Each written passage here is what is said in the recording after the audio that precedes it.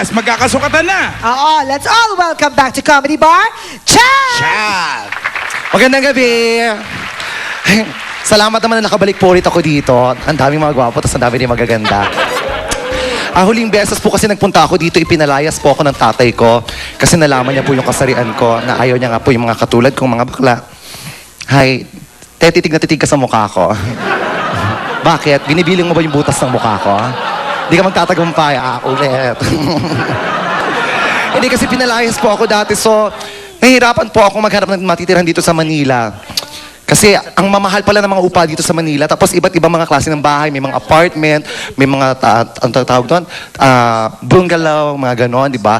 May nakita ako dito, mura, 5,000 pesos, a studio type apartment. Sabi sa akin, malaki daw. 5,000 kasya daw ang 10. Ang problema, walang higa, lahat nakatayo. Tapos meron pa ako nakita, apartment din, 10,000 pesos. 10,000 pesos. Apartment, may second floor. Ang problema, walang first floor.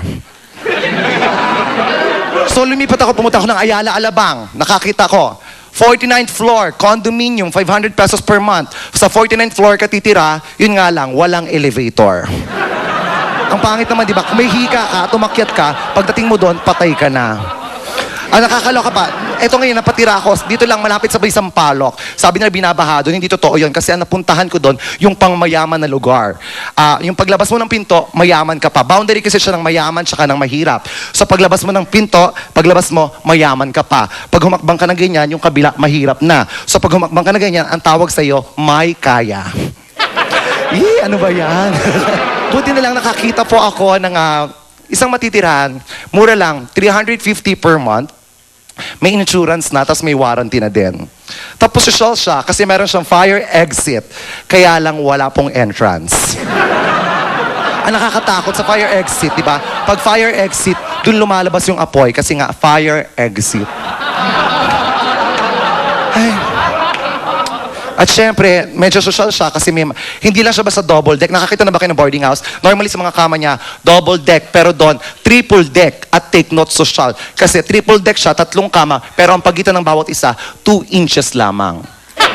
So pag hihiga ka, nakaganon ka lang. Hindi ka pwedeng kakaloka. Tapos lahat ng appliances kailangan bayaran.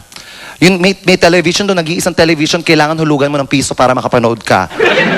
Kaya lang, isang channel lang ang mapapanood mo, ay yung mga tumatakbong kabayo, yung mga, pag hinulugan mo may tatakbong kabayo, gano'n.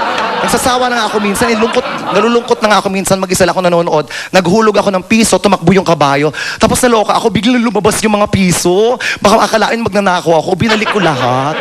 Kasi baka sabihin honest kaya ako, hello? Diyos ko, ang tawag, video karera ba yun? Hindi ko alam eh. Tapos, lahat kailangan bayaran. Hindi ka pwede magbaon ng sarili mong pagkain sa loob kasi meron silang sariling kantin. Open daw sila 24 hours from 9 a.m. to 7 p.m. 24 hours yon para sa kanila. Tapos, bawal ka magdala ng sarili mong pagkain kasi compulsory kailangan bumili ka doon. Minsan nga, ang mahal kasi, 20 pesos yung isang basong tubig nila. Ang ginawa ko, bumili ako sa labas kasi 10 pesos lang yung bottle ng mineral water sa labas. Pagpasok ko, siningil ako ng 30 pesos. May corkage daw. Kasi nakakaloka pa, pati yung CR may bayad din. 2 pisong ihel, 5 pisong dumi. So minsan, pumunta ako, sabi ko kasi nasi-CR na ako, tinatawag ko ng kalikasan, medyo nagbawas ako. Tapos paglabas ko, sinisingil sa akin 7. Sabi ko, ba't 7? 5 piso lang yung pagbabawas ha. Sabi sa akin nung may-ari, bakit? Di ka umihi? Mahirap nga naman pag hindi pinagsasabay talaga. No? Naghanap ako ng bagong matitirhan.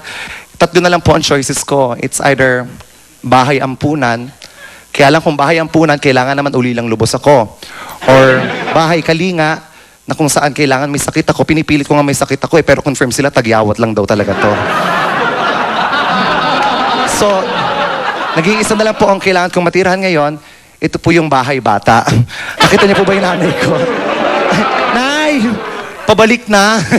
That's all. Thank you so much. Yeah! Thank you, Chad! Thank you po. Halina kayo, Best, Daniel. O, audience, last chance nyo na ito para magpa-cute. Sino kaya sa inyong mananalo sa face look? Malalaman nyo na yan mamaya. Marami pa kasiyahan na naghihintay para sa inyo lang dito lang sa Comedy Bar!